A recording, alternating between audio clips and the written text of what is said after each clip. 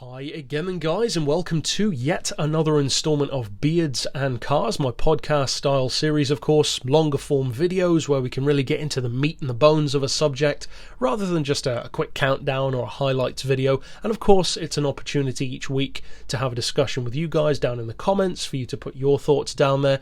And usually these videos do get a lot of positive response when it comes to just masses of comments influxing on the video itself.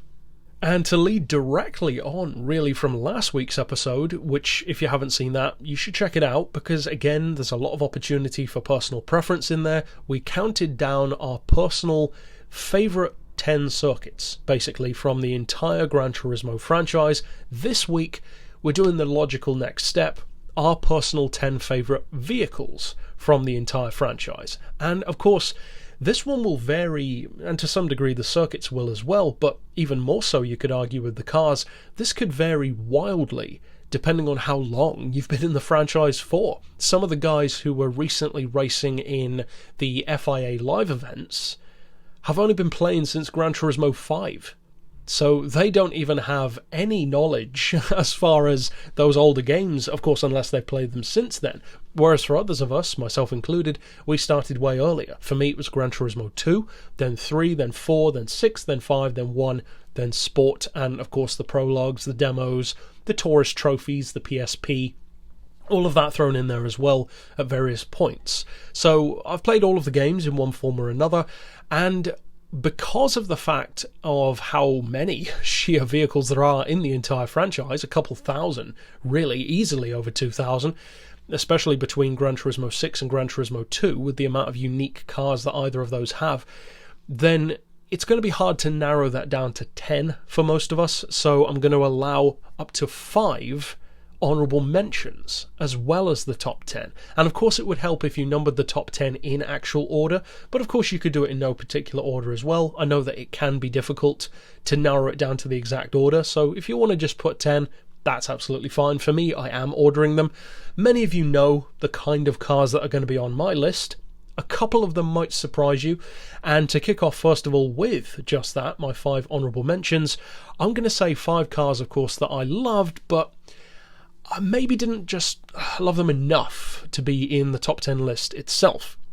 And for me, my 5 honourable mentions are the Vector M12 from Gran Turismo 2, essentially America's answer to stuff like the Diablo.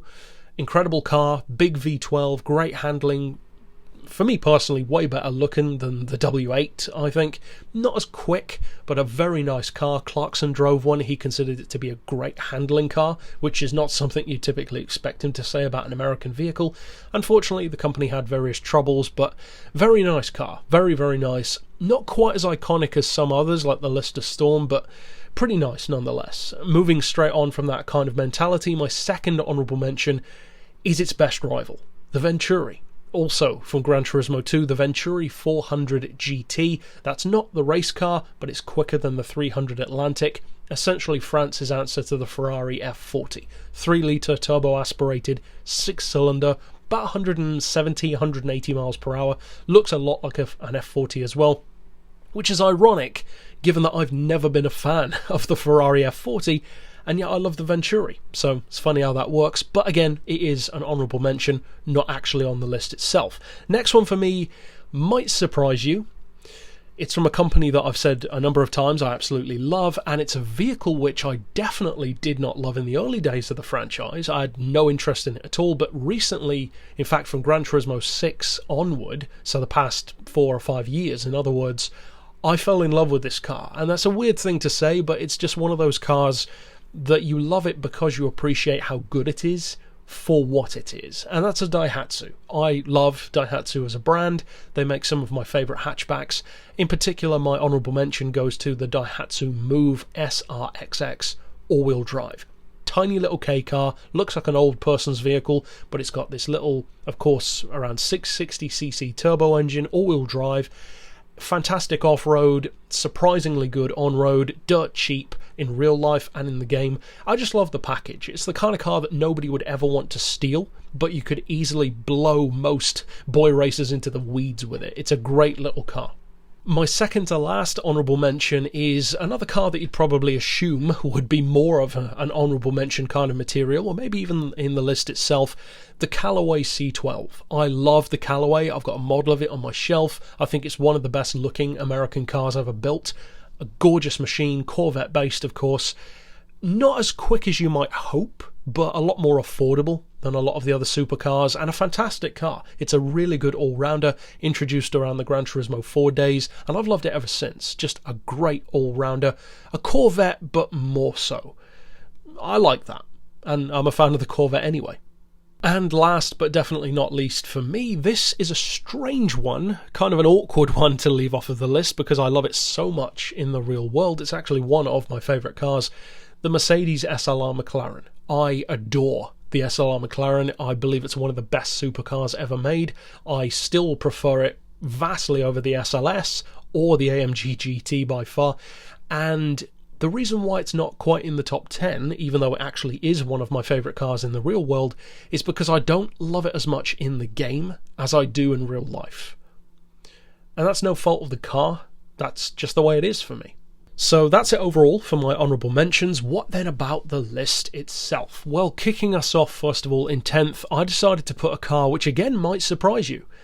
The Mini Marcos, which probably seems very strange. It's the kind of car which, just like the Jensen Interceptor and the Ginetta G4, it's easy to forget about. But to me, I have always loved the Mini Marcos ever since I first saw it in Gran Turismo 4. I'm not a huge fan of the Mini, and yet I love the Mini Marcos. It's based on the Mini, but has this more coach-built, exotic kind of vibe to it. I love that super weird shape with the bull nose sticking up in the air at the front and then that drastically sloping down back end. I just love it. I love everything about it. I've always had a lot of love and respect for Marcos as a brand. I love all of their cars. They're wacky and oddball and crazy. They even make rivals to stuff like the Lister Storm and the TVR Speed 12, such as, for instance, the Marcos Mantis. But people forget about those kind of things. They're great cars. Or the TSO GT2, which is an excellent TVR Sagaris rival. People don't think of Marcos, but they're a great little brand, and the Mini Marcos, it's got so much charm, it's so much fun, definitely deserves a place for me. Next up in 9th, I'm putting my former favourite car, the Shazetta V16T. Again, I'd never heard of it before Gran Turismo 4. You got to bear in mind, of course, that when Gran Turismo 4 came out, I was 10 years old, so not too surprising that I'd never heard of Shazetta at that point. Plus, it just wasn't the kind of car that you would feature in any game, let alone Gran Turismo, so when it came up, I thought it was interesting, and I just liked it more and more over the years. The engine in particular is what I love the most about it, that sound, the fact that it is a V16, so few cars are. I love it. A few years ago, it would have probably been number 1 or close to it, but not quite now. I still love it, but not that much. Next up in 8th place for me, I'm putting a car which, funnily enough, has kind of been in the franchise but not in the franchise from the very early days. It was in Gran Turismo 2, but then I think it didn't actually come back until Gran Turismo 5, I think it was. It's definitely, of course, in 6, and now it's in Sport as well, and that's the Shelby Daytona Cobra. I've always been a fan of the Cobra. Even when I was a kid and I didn't know how to drive it, I still loved the car. It's such a simple, clean, timeless design, and the Daytona is a stunning machine. I think it's a fantastic classic race car. It's outstandingly good in GT Sport. It's so fun. The experience of driving it and the sound is more authentic than it's ever been before. And of course it was in GT2, but I didn't love it back then. I didn't really know why I should love it, whereas now I love the Daytona. It was one of my go-to cars in GT6, as it is in GT Sport as well. Next up in 7th place, I'm of course going to put this car. It's no longer featured, unfortunately, and probably won't be again anytime soon, which is unfortunate to say, but that's the way it is. And also rest in peace to Mr. Don Panos, the Panos GTR1. I love Panos, they're my favourite racing team. The brand as a car manufacturing company is one of my favourites as well. And the GTR1, sometimes called the Esperante GTR1, I adore this car. I love everything about it, except for the fact that it's unfortunately misrepresented somewhat in the game, because the 1150 kilo curb weight makes it very difficult to make full use of it against actual GT1s and prototypes. Whereas in reality there were a couple of different versions. One did weigh that much, but there was also a 970 kilo version, and if we had that in the game, I think it would be much more effective. As is, it's a great car, but it's still one which a lot of people don't feel a need to use, whereas for me, the oddball factor appealed to me immediately back on Gran Turismo 4, and it wasn't until Gran Turismo 5 and 6 that I loved the car, and I really do love it now. And of course, the road-going version is one of my favourite cars ever, and is my favourite GT1 car ever. Now, speaking of the cars that were kind of nerfed in terms of their weight when they shouldn't have been, my 6th place pick is another long-standing member of the franchise in a couple of different ways, the badass Lister Storm. An awesome car, and it's so easy to forget why it's such a good car. The Lister Storm in the real world was the fastest four-seater in the world you could buy for over a decade. 205 miles per hour, I think it was. It wasn't even beaten until Brabus built the Rocket, which was 227 miles per hour. And technically speaking, the Lister Storm is still one of the only genuine four-seater supercars ever built, because the Brabus Rocket is not a supercar, it's a super saloon.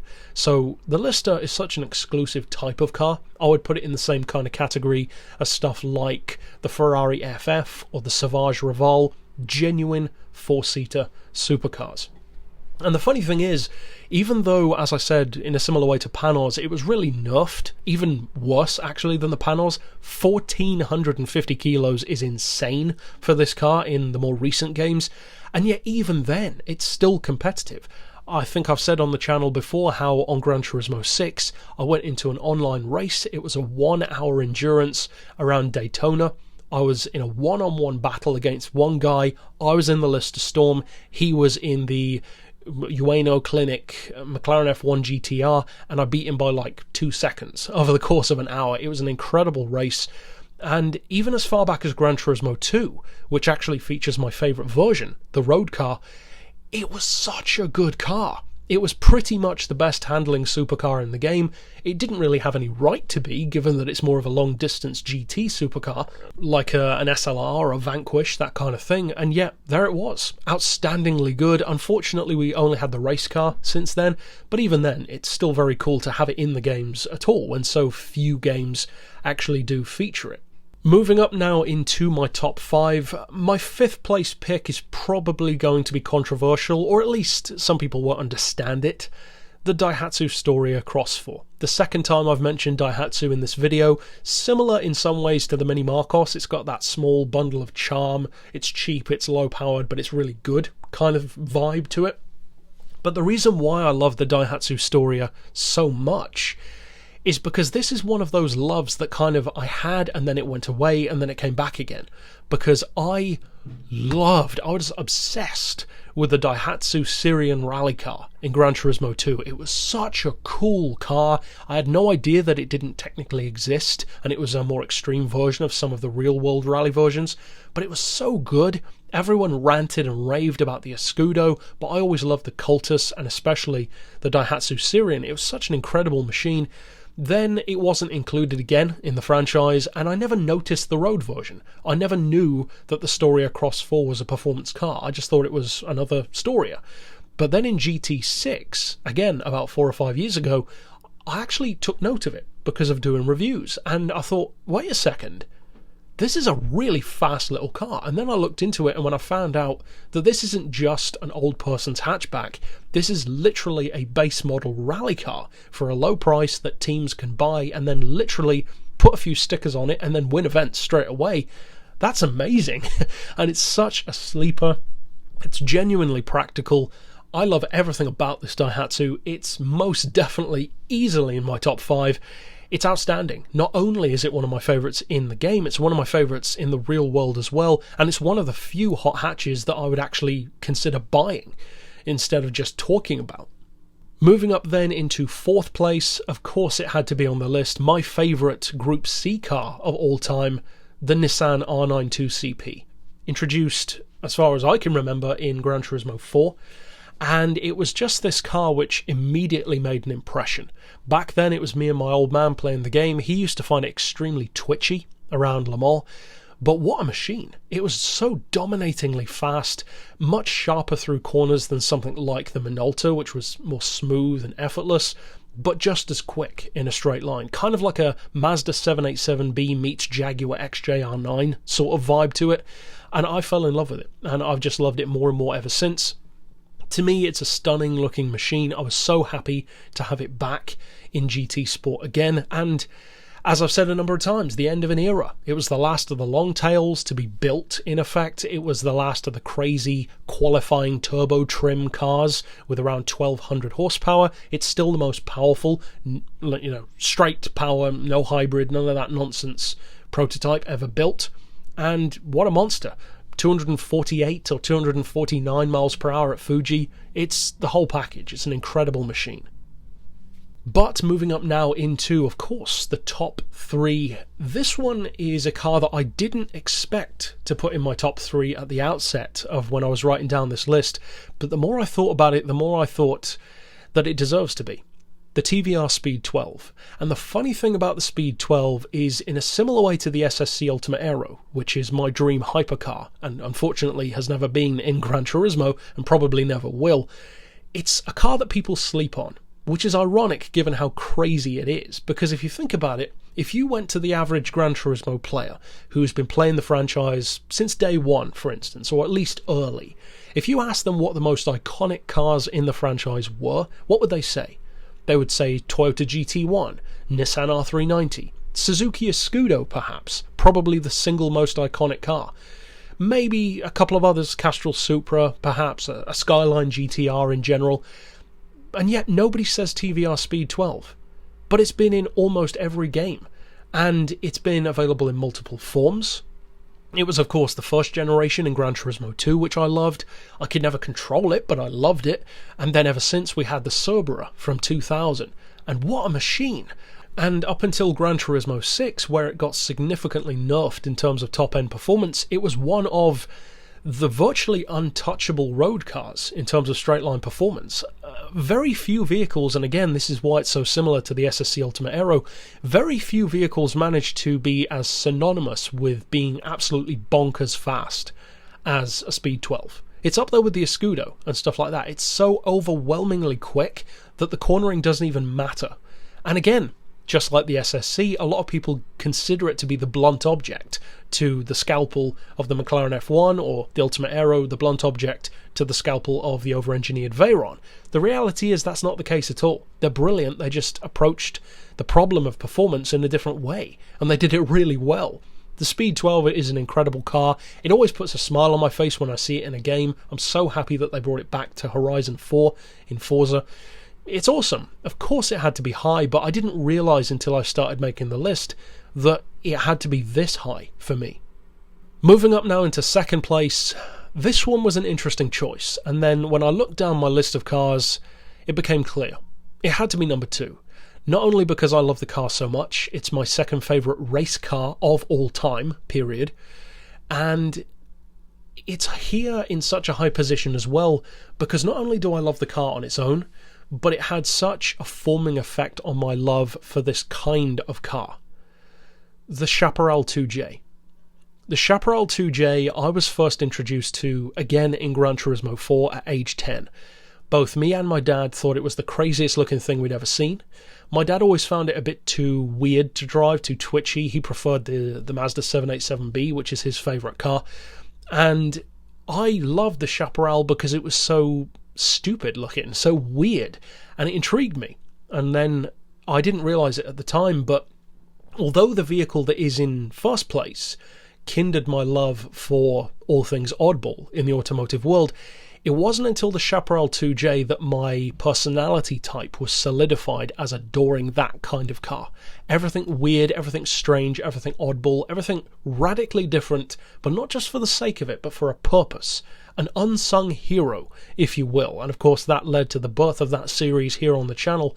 This is where it started for me. The Chaparral 2J is an incredible car, and it's one of the very few heroes that you can actually meet and drive, and it doesn't let you down, because it's so overwhelmingly fast and good that it's a 1970 vehicle that can destroy cars from the year 2000 onward. It's an incredible car. Of course, you can do silly tuning with it, like I did with the reverse setup, my very first tune setup on Gran Turismo 6, in fact, on the channel. It's where HSG started as well. So again, the car has such a huge amount of importance to me. It's got to be in second place. But what then about first place? Well, many of you already know. Of course. What else could it be in first place? The car that I fell in love with as a kid, because, as I said with the Chaparral, this was the car that started my inclination toward the oddball. It wasn't until the Chaparral that solidified, but this one was the spark. The Renault Espace F1. The single car that I want to come back to the franchise more than anything else, and I have since Gran Turismo 2 onward. I don't think it ever will, but it's an insanely awesome machine. My prize of my model car collection, one of the rarest cars I own, the most expensive model car I will probably ever buy, and one of the few that I would even be willing to pay those kind of prices for. And the ironic thing is, I don't love the Espace F1 in the real world anywhere near as much as in the game, because it is so integrally linked to that nostalgia for me, which of course all of you guys are going to have those nostalgic picks for you as well, and it makes such a difference. Because it goes way beyond just being a good car. You might have had something that you used a lot, but that doesn't make it your favourite. For me in Gran Turismo 4, I used the Pescarolo I should say, more than anything else, but it's still not one of my favourites. The Espace, on the other hand, of course, it's got to be the Espace F1. Incredible car, absolutely insane, and it could never be anything but number one for me as far as just the game goes. It's no way near being my favourite car in real life, although I would be over the moon to see one, for instance at Goodwood, but in the game, especially in the world of Gran Turismo, it's the king for me. Absolutely insane, but just like the Chaparral, really useful, a really good car, deceptively fast, way faster than it even should be, and I love it.